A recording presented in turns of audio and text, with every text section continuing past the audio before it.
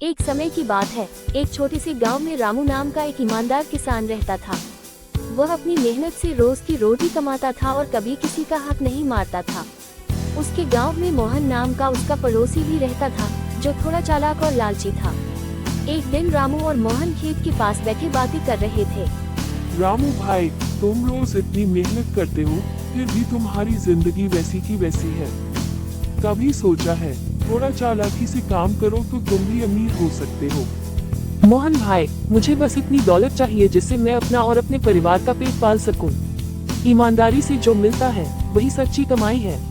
तुम्हारे जैसे सोचने वाले लोग कभी तरक्की नहीं कर सकते। आज के समय में चालाकी और झूठ फरेब से ही लोग आगे बढ़ते हैं। भाई, मुझे जो मिलता है उसी में संतुष्ट हूँ। सच और ईमानदारी की हमेशा जीत होती है।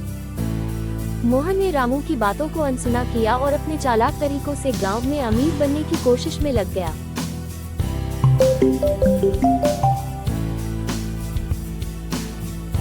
कुछ दिन बाद गांव के राजा ने घोषणा की कि उसके राजमहल का बहुमूल्य हार खो गया है।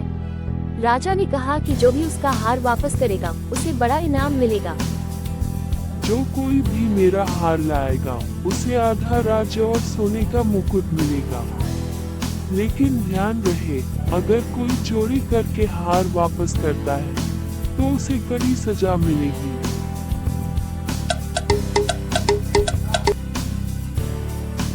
ये सुनकर गांव के लोग हार खोजने में लग गए। मोहन ने भी लालच में आकर सोचा कि किसी तरह हार को चुराकर राजा को वापस कर दूंगा और इनाम पालूंगा। एक दिन रामू अपने खेत में हल चला रहा था, तभी उसे जमीन के नीचे कुछ चमकता हुआ दिखाई दिया। उसने देखा कि वहाँ राजा का खोया हुआ हार पड़ा है। ये तो राजा का हार है, मुझे इसे वापस करना चाहिए।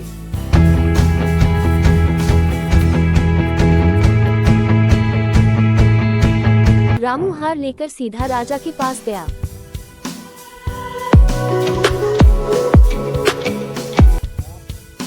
महाराज, यह हार मुझे मेरे खेत में मिला है, मैं इसे आपको वापस कर रहा हूँ। रामू, तुमने इतनी ईमानदारी दिखाई, मैं तुम्हें आधा राज्य और सोने का मुकुट देना चाहता हूँ। महाराज, मुझे किसी इनाम की जरूरत नहीं है, मैं सिर्फ अपना कर्तव्य निभा रहा था।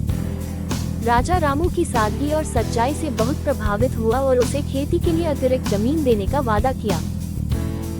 मोहन ने सोचा कि राजा को कुछ झूठी कहानी सुनाकर हार खुद चुराकर लौटाने की कोशिश करेगा। जब वह महल पहुंचा, तब उसे पता चला कि रामू ने हार पहले ही राजा को लौटा दिया है। ओह, मैं तो बेवजह झूठ बोलकर और फरेब करके इनाम पाने की कोशिश में था। रामू तो मुझसे पहले ही ईमानदारी से इनाम पा गया।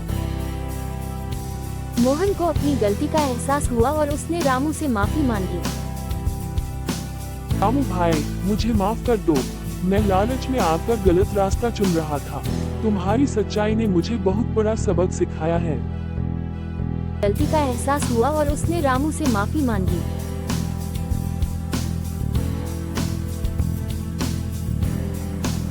रामू भाई, मुझे माफ कर दो, मैं लालच में आकर गलत रास्ता चुन रहा था। तुम्हारी सच्चाई ने मुझे बहुत बड़ा सबक सिखाया है। कोई बात नहीं मोहन भाई, हर किसी को गलती से सीखने का मौका मिलना चाहिए।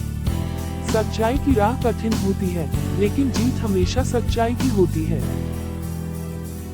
मोहन ने अपने बुरे विचारों को छोड़कर ईमानदारी की राह पकड़ ली और दोनों मित्र मिलकर खेतों में मेहनत करने लगे। गांव के लोग भी रामू की ईमानदारी और सच्चाई की तारीफ करने लगे। सच्चाई की जीत हमेशा होती है। ईमानदारी और परिश्रम से जो मिलता है वही सबसे बड़ा इनाम होता है।